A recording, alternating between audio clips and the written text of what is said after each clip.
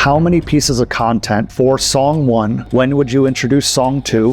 How many pieces of content? How would you introduce song 3? And when you have song 2 and song 3 out, how would you go back to try to breathe a little bit of excitement and life into 1, or to breathe some new energy into it to just continue to feed the momentum? All right, song 1. If you're an independent artist releasing new music on Spotify, this video is for you. I sat down with Nic D, an independent artist who has well over 1 billion streams on Spotify, to share his exact step-by-step process of releasing new music to Spotify. This is someone who lives in the middle of nowhere. He's over 30, doesn't have a manager or record deal. I asked him to break down his strategy. That way you can learn and implement so you can have the best year ever on Spotify and beyond. Make sure to take notes, watch till the end, and let's jump right in. All right, guys, so I'm here with none other than the one and only Nic D. Thank you so much for hanging in the kitchen today, because there's a lot of artists out there who have just incredible music, right? Whether they're just getting started and just have a natural gift, or they've really honed their craft over the years, they really have no idea how to get that music out on Spotify successfully.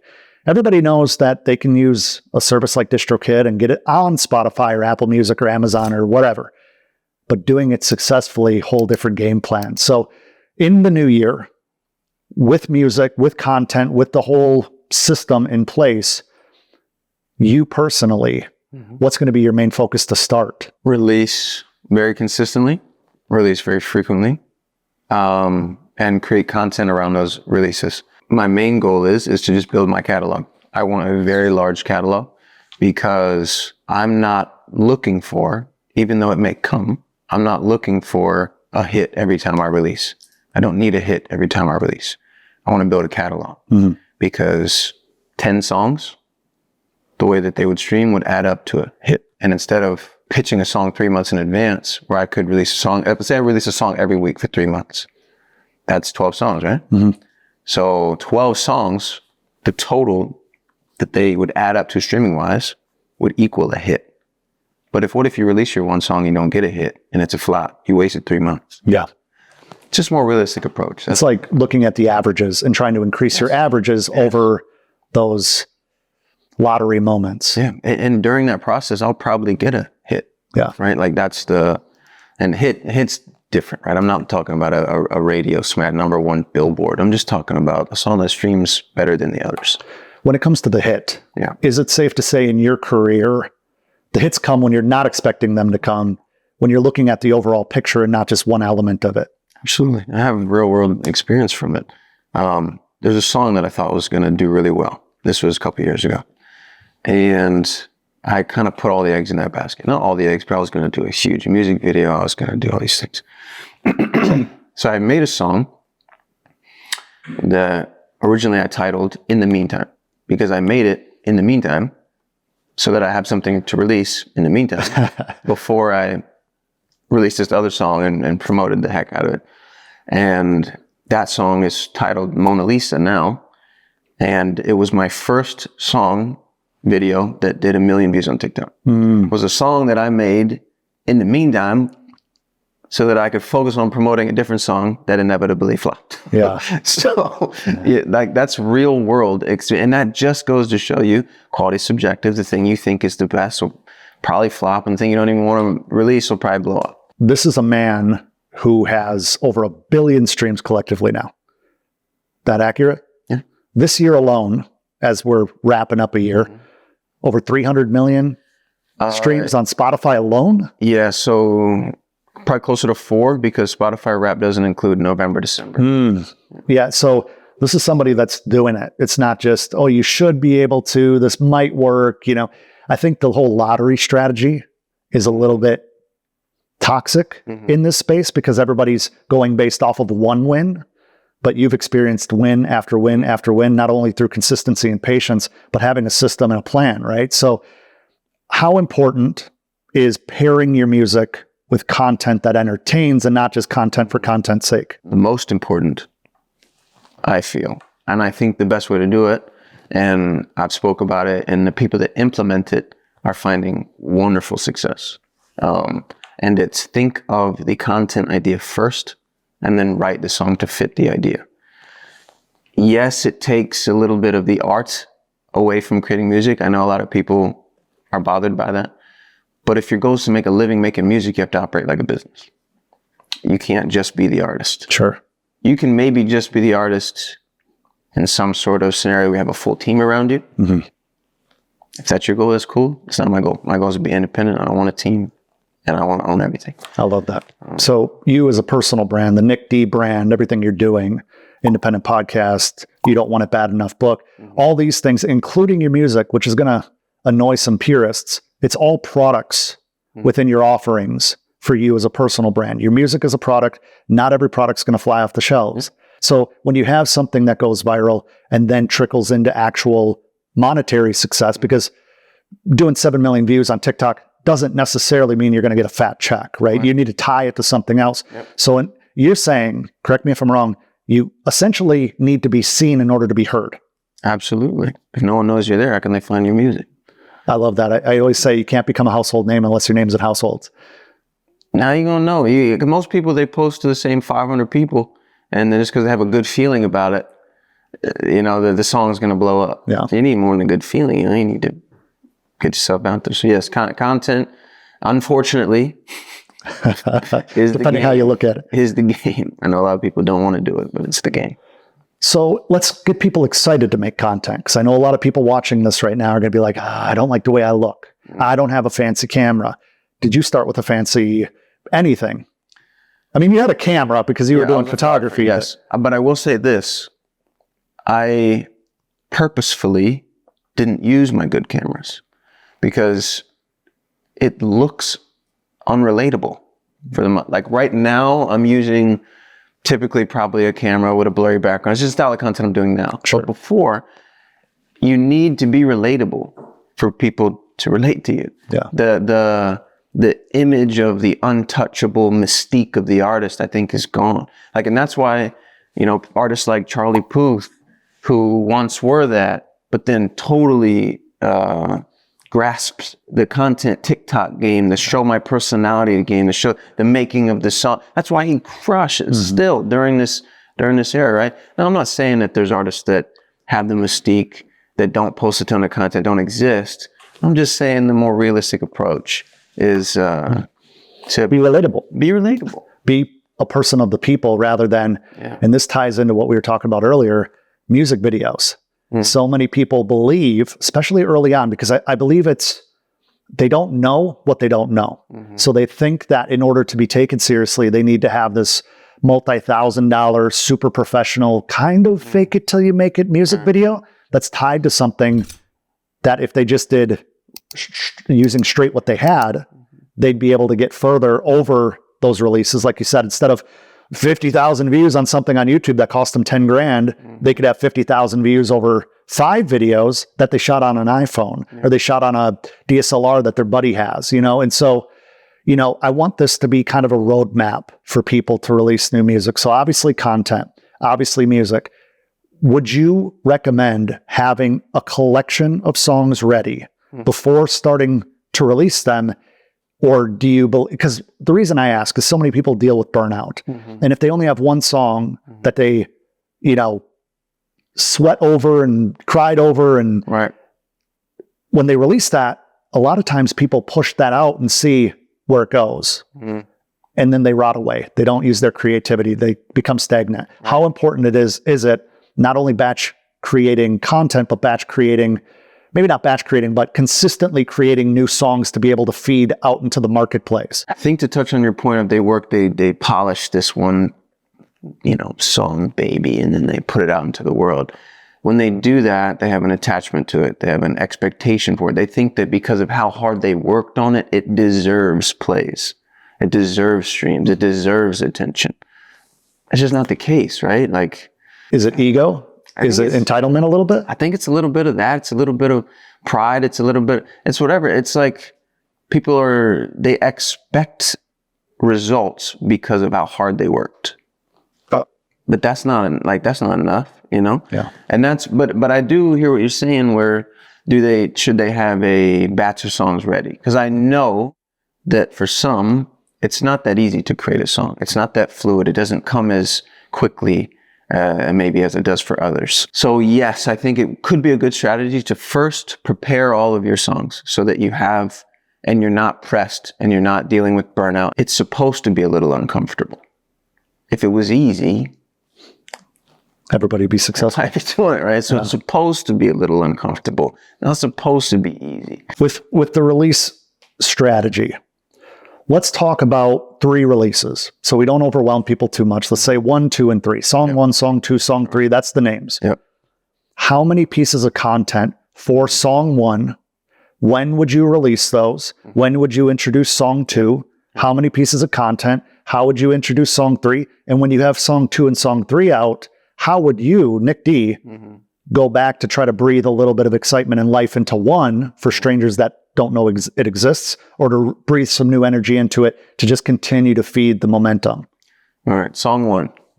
It comes out, day it comes out, there's a piece of content ready. I post it. Probably a Friday, right? Midnight Thursday, song's released. I have a content ready. I post it Friday. Then I don't post over the weekend. Personal preference, less streaming is happening on the weekend.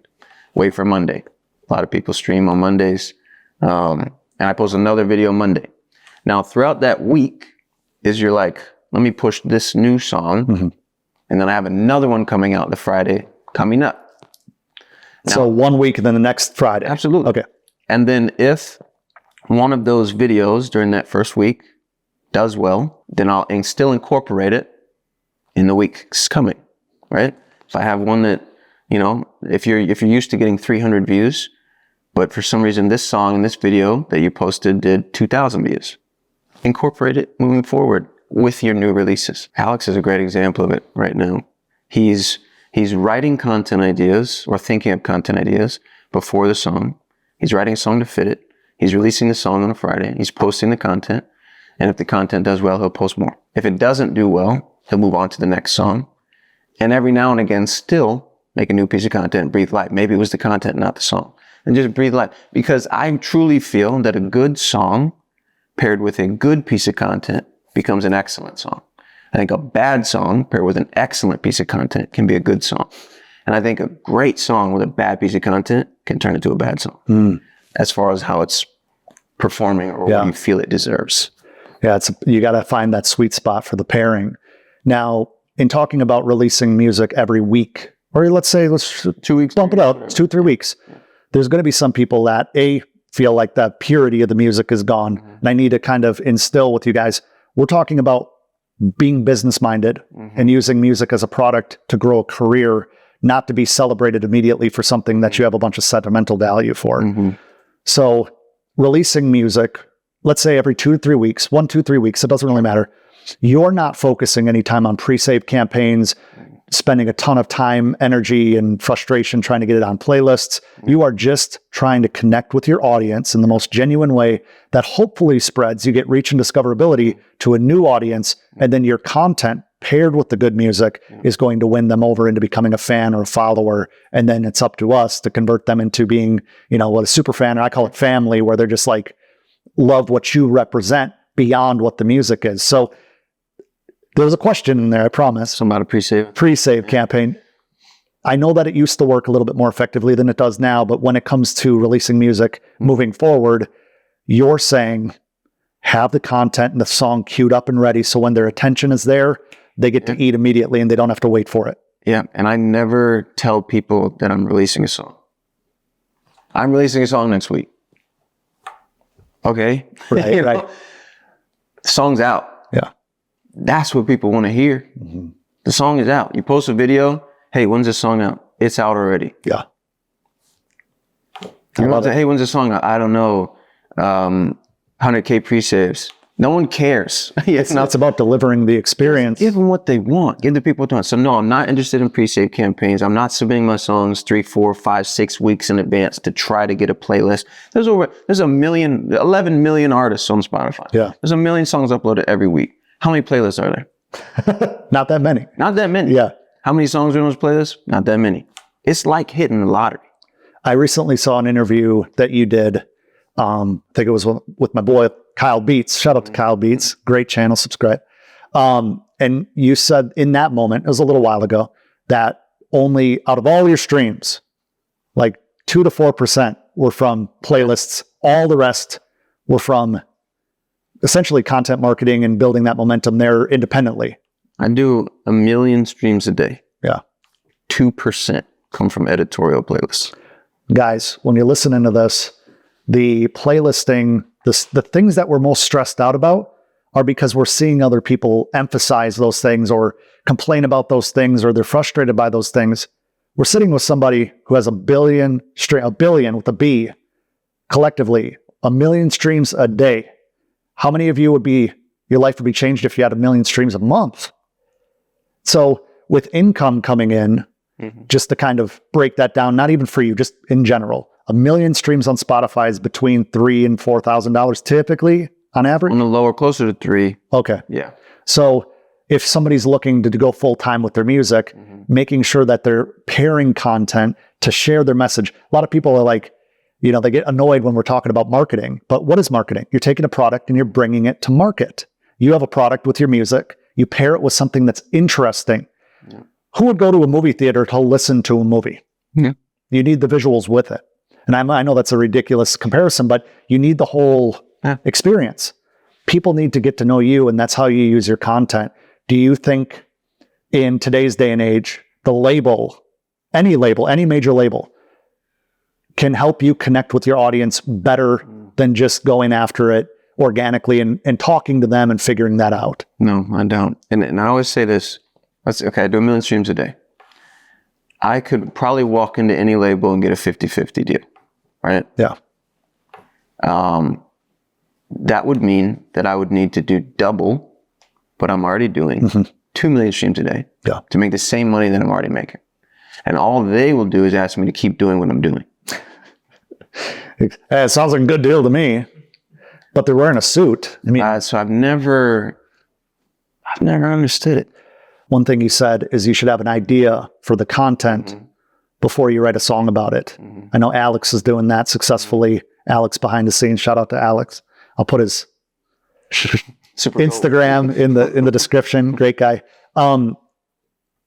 If somebody's very confused by that because they're just new to the content game, or that doesn't make sense to them. I'll give you an example. Yeah, please. I'll give you a real world example from another artist who I think crushes this idea. Fulton Lee is the name of it. Okay, he'll do public stunt kind of stuff where he'll set a sign up and says, if you're having a bad day, sit down.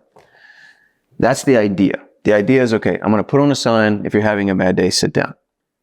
Now I need to write a song that's going to cure someone's bad day. And he does that right in the content. And then he writes a song, fix a bad day. Yeah. And then he goes and films a piece of content. So the idea is great. Yeah. If you're having a bad day, sit down. Public stunt, random person, singer. And then I write a song to fit that. Yeah. That's what I mean by thinking of content before. It doesn't take away the art of the song. You're still writing a beautiful song, trying to help someone out. But the idea for how you're going to promote it came first. And it's almost like you're incorporating the audience into the creation of the music. So they matter more now more than ever before to know who you're speaking to know who you're making content for, to know who you're delivering this experience for. And I think it's safe to say, we were talking about this before we started shooting, whether it's using something like Grouped or any, crowdfunding type of thing, it only takes, I think, 5,000 people giving you $5 a month over the course of a year to make $250,000. Yep. You've been approached by a lot of labels. I'm sure there's some labels in the mix that didn't even offer you $250,000 up front, maybe early on. I know that's probably higher now. But what I'm getting at is getting the streams up requires you to be seen. Having the content that actually cares about the people and doesn't just make you feel cool is more important than the high quality music video and the other things that you might be confused about needing as a requirement. Because I think a lot of people think I need to get on all these playlists. I need to have a professional music video. Talked to somebody recently who spent $5,000 per song on videos, and I don't think he's ever made 10,000 streams a month. That's what I'm saying. It's like going and you and I being interested in cooking and us spending all the money we can get on a credit card on like the best utensils and the best pots and pans. It's like, still don't know how to cook. We don't know how to cook, right? So it's like what I always say, use what you have until what you have pays for what you want. Spend the time on content that pairs with the song perfectly. How many pieces of content per song, just ballpark? I know that you do several different takes and several different locations. And I did real world icy pop. I think I did 30 to 40 videos for icy pop. Yeah. And the one thing that I won't do is drill a song into the ground. Yeah. There was so many, like even labels were hitting me up. Why you stop posting about icy pop? Yeah. I'm like, cause I don't want to be that guy. Well, what I did was release more music. Yeah. But even when I was doing icy pop, I give you real. So I post, first video goes viral, 7 million views. And it was a video that I never posted. I filmed in September. I didn't post it until January. It was sitting in my TikTok drafts. And I was like, I need something to post. I don't have anything. I'm in DC on vacation. I post icy pop. Icy pop goes 7 million views. Then the streams bump. The song was still doing good. It was doing like 25K a day. And then it went up to like 40K a day from a 7 million view video. Now, if you know about like sales or anything, the average person needs to see your product 7 times before they feel comfortable purchasing it. Yeah. It's the same kind of with music. You get in front of them once, it's really not enough. Yeah. So 7 million view video converts, I get like 20K more streams on the next day. You think it'd be more? Whatever. You post another video, that video does 5 million. Now it goes up to 70 something K that next day. Post another video, 3 million views. I'm up to 100K. Post another video, I get 10 million views. Man. Now I'm doing 200K a day. Then the song is doing 400K a day. Icy pop. And it's because I kept, but what I wasn't doing was drilling it into the ground and saying, this is all I got, go listen to it. Yeah. I was also, in between, I was promoting another song simultaneously. Yeah. And both those songs ended up on the top 50 most browsed songs on Spotify. And that's an accomplishment that a lot of people are watching this right now. That would be a huge milestone moment for them as well. I think I'm going to coin a new term based on what we're talking about right here. I think what you're doing, and as an independent artist out there, this is what how you should think about it. You're attention stacking. So you have their attention, you're stacking on top of it. You're giving them something interesting. Not everything is shot in the same outfit. Not everything is shot wearing the same or in the same location. Not everything is the same part of the song, start to fit. You got to rotate it and you got to keep them interested. And like you said, in the marketing world, at least 7 touches before somebody's a conversion. That's why you get emails from Best Buy every day. That's why you get emails from Foot Locker every day. They know eventually 2 months from now, you're going to spend $200-$300 at a clip. And I think, correct me if I'm wrong, the more effective you are in getting somebody to feel something when they watch your content, the quicker they become connected to you and a fan of yours. Yeah, absolutely. I think most people's content is self-serving. Agreed. They only are posting because they want people to stream their stuff. But if you just take care of the viewer, you'll have better success. Anyway, you'll get to what you actually want faster if you just take care. If you put the viewer first. Sure. What's funny, Nick, is there's going to be people that watch this and like, it's too simple. There has to be more. There has to be a hack. There has to be a cheat code. There has to be 5 tips, quick, secret person. What we're saying is it's a very simple process. It's a very, very simple process. It's create consistently. I say it's not easy, but it is straightforward. Yeah. And that's how I put it. And it might take a long time. Alex been posting every day for 2 years. He just got his freaking stuff to connect. He's just now finding a new audience. But if you think about any brick and mortar business, if you and I were to start a shoe store, we wouldn't expect to be profitable in the first 2 years. You never would. Right. And that's why business loans and the crippling debt that you go into with music, you have a relatively, and I understand there's people around the world that are experiencing poverty worse than anything I've or Nick or like, I get it. But where there's a will, there's a way. There's people that are recording studio quality-esque recordings right from their phone. They're borrowing some libraries, like in Central Florida, the Orlando Library has a full-blown recording studio. I'm talking like millions of dollars. Just schedule it. You schedule it. Yeah. There's a guy, Paul Russell. You probably heard of him recently. Lil Boo Thing is his song. Oh, yeah. It's on like every commercial on TV. Yeah. Lil Boo Thing. Yeah, He's having a moment. His first few projects, he recorded into voice memos on his phone. He would play the beat on his computer, maybe, have headphones in, record, airdrop the file, and then line it up. And that's and the song you would have no idea. No one would know. There's plenty of records on the radio right now. There's plenty of records that are going viral that are recorded on a $200 interface, recorded on a phone. Same with content. I would argue that more content goes viral because it feels real. I think as an independent artist, we have to take it upon ourselves to be independent thinkers to how we're going to connect with a group of people, whether big or small, that we would want to hang out with in real life, because you can't fake the funk so long where you build an audience based on misconception or a false perception. So you're doing a great job being able to tie that. I want people to stay aligned with lifestyle design more than just random goals that don't actually make sense to them. So what would you say somebody that's getting started has never, let's say they've never hit over 10,000 streams in a month, and their goal is to say, Adam, Nick, I'm going to do this for 2 years, like Alex is doing right now, and I'm going to try to find my breakthrough.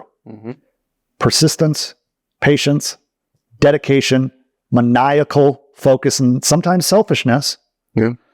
What would your overall advice be to somebody that's kind of lost, really wants to do it? Let's just have a sit down big brother conversation where, what would you tell me if I was in that position? If it's really what you want, keep going. That's it. It only stops when you do. Yeah. That's it. Like, if it doesn't work, it's just because you stopped. But what if they're too old? What if they're like 24 years old? They've aged out. I didn't start till I was 27. Right. You know that. I didn't start till I was 27. And I think you have a leg up then anyway. But yeah, I mean, I was not the guy that was supposed to make it. Married. Had a son at the time. Now I have 2 kids. And 27. Yeah. But dude. This is a good question. Talk about lifestyle design. Because you and I are similar. We don't have a lot of vices and enjoy family, and that's kind of main focus. Did you have to move to LA to make any of this happen? No. Did you have to get signed to a label to make any of this happen? No. Did you have to have a $50,000 or more studio and a dedicated room in your house to make any of this happen? Nope. Did you have to have all the connections and go to these networking parties and stay late at a studio till 4 o'clock in the morning in order to get attention from your actual fan base? No. That's it. And that's why you are living the lifestyle that you designed, because you're living in purpose. You're focused on business over creative. It's not either or. But in order to make it a business, you have to focus on it, because it's not a business if you're not making money. Yep. So you can have an LLC, doesn't mean your actual business. So let's walk through this real quick. They have a passion, making music. They're creating music consistently. They're stripping the excuses away, making music on a regular basis, enough to post once every 3 weeks. They have content. They're shooting it. They're getting out of their own way. But Nick, they've been doing it now for 3 months. They're not famous. They haven't gone viral.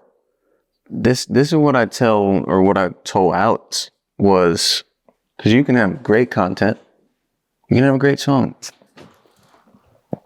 and you can do everything right. You can be crushing it, but it just might not be the right time yet. It might not be the right song yet. Might not be the right song paired with that great piece of content yet. You know, he's 26 songs deep. Yeah. And he just got the right songs. He's finally got the right songs that pair well with the right content that hit the right audience. But without those 26, he would have never got there. Exactly. Yeah. If you stop, imagine he stopped at song 25. Right. It's like a tattoo artist depressed that he's not fully booked out after only doing 2 tattoos. You got to build a reputation, and you have to build a reputation as an artist that actually cares, isn't full of themselves. That goes so far once you hit a certain, like if you're Kanye or Drake or somebody, like you can get away with that. But I would argue that that lifestyle is not for the majority of people. You know what I think when people get burned out sometimes is if you're not authentic, if you're trying to have a persona, even a little one, and you have to keep that image up, that's where it can get exhausting. Because you forget who you are. If you being yourself every day, you don't get burned out of being yourself. Yeah. You know, you might get burned out of trying to make sure you have a song every Friday. Yeah. Sure. Take a break. And that's okay. Take a break. Yeah. You got to have your mind right and nothing else can be right. So just take care of yourself. But I think a lot of people forget, I've done it, I'm sure you've done it, that all of the pressures that are on us come from ourselves. It's all this vision that we want to get there a little bit faster. Sure. Or it's not coming fast enough. We've spent all this time. You just don't understand. I'd put everything on the line for this one thing and didn't. But it's because we're control freaks in a certain way. And we want to have control of the output. We want to have control of the outcome, I should say. You're attached to the result. Yeah. So speaking of the process, we walk through getting consistent, building the content strategy, bringing people in. How do you think people should connect with you? Not you directly, but as an artist. You have the streams up. How do you think you build a solidified community? Because I think that's the tail end that a lot of people overlook. They think that just a song has to blow up on Spotify or something needs to blow up on TikTok, but they have nowhere to, I call it a retention path. There's no way to catch them and like keep them with you. So like, what would just be a couple quick tips on converting that to actual real bonds with people and turn those into real fans? I can think of two. One outlier for me is The Freddie Show. I have a podcast with a buddy. And we were just, it was like being a fly on the wall with two best friends were chatting. Yeah. And people got to see my personality. And they're two separate accounts. I never cross-promoted anything. So I have this podcast account it was crushing. I was on the For You page a ton. And then when I would post my music page, I would get comments like, is that the guy from the podcast?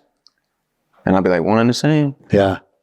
and they would love me from the podcast. Yeah. So if they liked my song, even if they just liked it, it would be an instant fan. Yeah. Instead of, because they already like me as a person. Oh, I love this guy. I didn't know he sang. Bam, fan. So that's one.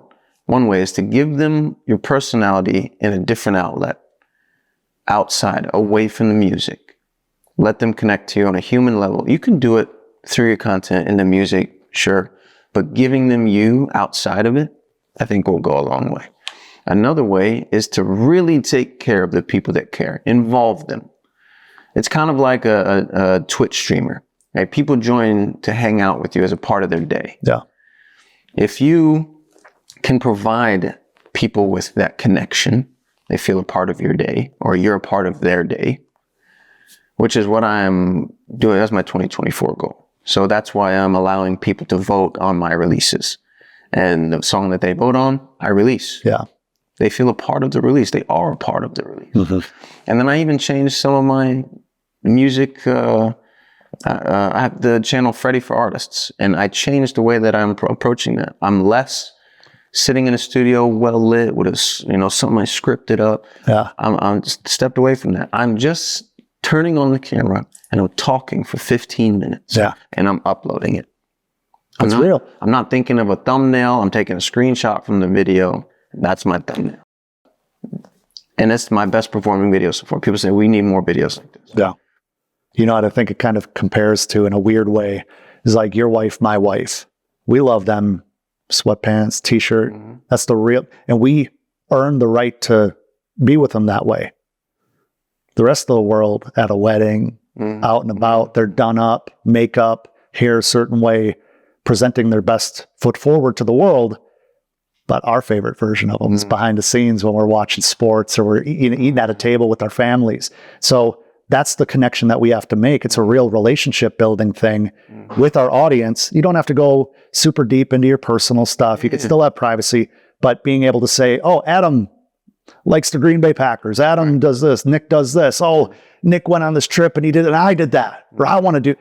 It's now your product is that music and it ties to a real person, a real experience. You are essentially the host of your own show, and the show involves your music and your content. I think that this is a really good overview and actually a deep dive on getting out of your own way, the actual steps that you need to take, and then actually following through on building a relationship with these people. So guys, I want to thank Nick for his time today. Where can people connect with you? FreddieFam.com, the independent podcast, Freddie Show. You got a book? I do have a book titled You Don't Want It Bad Enough. And you may want it bad enough. You may. You definitely want the book bad enough. You can get that at nicdbook.com, nicdbook.com. And it's just how I was able to make a living making music, and I wanted to share it with people because I felt like there was nothing out there from someone who's actively creating and releasing music. I felt like there was a gap I could fill, and it's things that I did and that worked for me, and that still works for me. I appreciate your time, man. Guys, I'll have all of his links in the description box below. We also put them up on the screen when he said it, so feel free to go back and pause, check him out. This is somebody that I co-sign as a mentor, as somebody to look up to, as somebody to follow along in their footsteps, but then make it your own path. Doesn't have to be, you don't have to be Nic D, you don't have to be Adam Ivy, you don't have to be fill in the blank. Use it to be a derivative, but stay different and authentic to yourself. So with that being said, man, it's great being able to chop it up and share these. I'm hoping, in the comments below, let us know what your goals are for your upcoming next few months. And then I want you to set a reminder on your phone 6 months, a year from now, and then leave a follow-up response or even do a screenshot and send it to Nic or I. And we want to take that opportunity to kind of praise those that have followed through, because that's the one thing holding you guys back, the follow-through. If you have the follow-through, if you have a time horizon, it's going to allow you to say, I want to do this for a very long time, and I'm not going to get burnt out. I'm not going to get discouraged or frustrated to the point where I quit. Then you're already in the top 15% of anybody that makes music, because most people quit. You watching this content, you're looking for help, you're looking for guidance, and you're looking for perspective. And hopefully we did that today. So yeah, Hopefully so. Guys, thank you so much for watching, and we'll check you on the next one. Cheers.